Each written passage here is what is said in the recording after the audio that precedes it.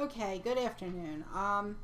Remember, we did not meet on Wednesday, June 9th. Instead, you should be doing all the items I have in this folder. Aside from this lecture, you have a quiz, 10 questions, on the 4 essays that you were told to read for homework on Monday. You have a discussion. Then there is a documentary, well, it's not a documentary, it's a lecture. Rory Sutherland, who's a ad man, an advertising man. It's one of his TED Talks. Then I asked you for a small writing about the effect perception has on our daily lives. Merchant of Cool is a documentary as well on advertising and marketing to teenagers. And then I have a discussion for you on that one. And that discussion is kind of a two-part situation. You need to post a comment in response to the question, and then you also need to post a response to a fellow classmate's posting. So 2 postings, one original, one is a response. As for this lecture, I want you to think about a few things. We're moving from the society's perception of body images and beauty and all of that to marketing. And marketing and advertisement are really more about words and the connections and the meanings and the connotations.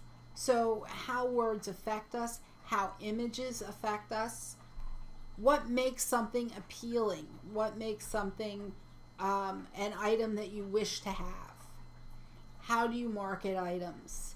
Those are all questions that we look at, and people make a lot of money trying to answer. So I want you to think about it as well. Think about language and its use in marketing. What words have more meaning than others? And for homework this week, for Monday's class, you'll be reading some pieces on advertising, including one on the words and phrases, and how those words mean a lot to us. So you see the manipulation of language used often in advertising and politics. The two go hand in hand. And so you'll see items such as, we used to call soldiers that were affected by war shell-shocked.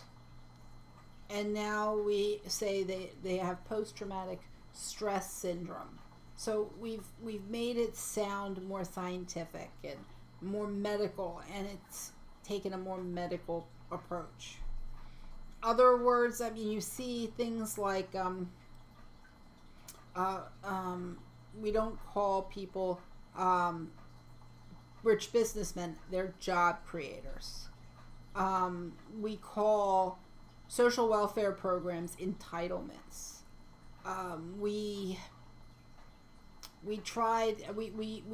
call the dead in war collateral damage.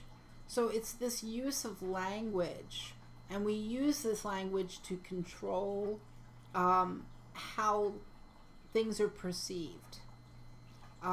So with rich people being called job creators, you're less apt to be resentful of them, while entitlements make you think that the people who are poorer are fighting for that and feel a certain sense of superiority, and that makes others uncomfortable and unhappy.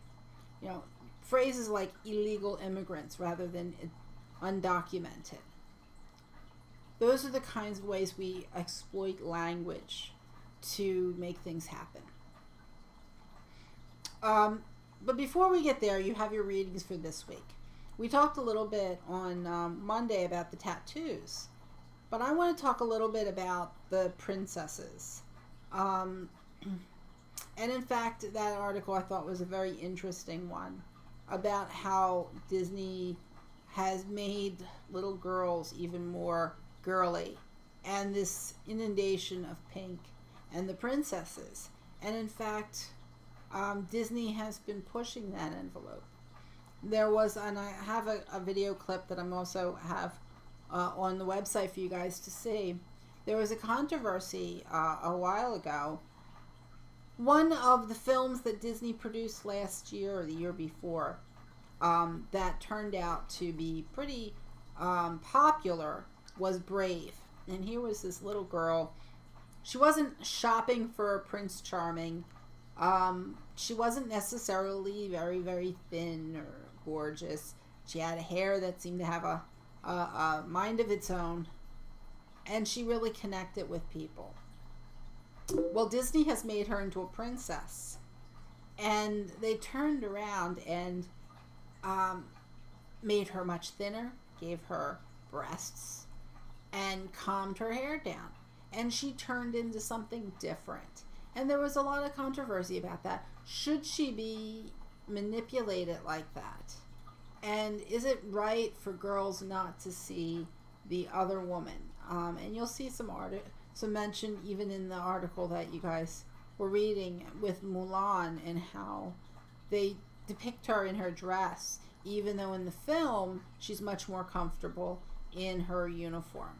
So, this idea of making little girls into dress-up dolls is problematic. It's also this really forceful gender issue at such a young age.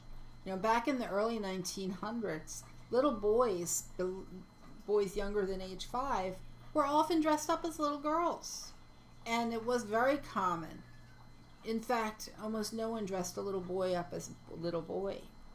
So this idea of gender identity has really become more of a modern technique dealing with marketing, and not really something that kids feel. And in fact, your author says that children under 6 really don't realize that gender's permanent. They think you can switch genders. So this idea of forcing a certain gender on people really doesn't strike most people as correct. All right, we'll talk more about this on Monday. Please watch all the clips that I have and answer all the questions. And don't forget, your paper is due Wednesday, June 9th by midnight. Right? Have a good weekend.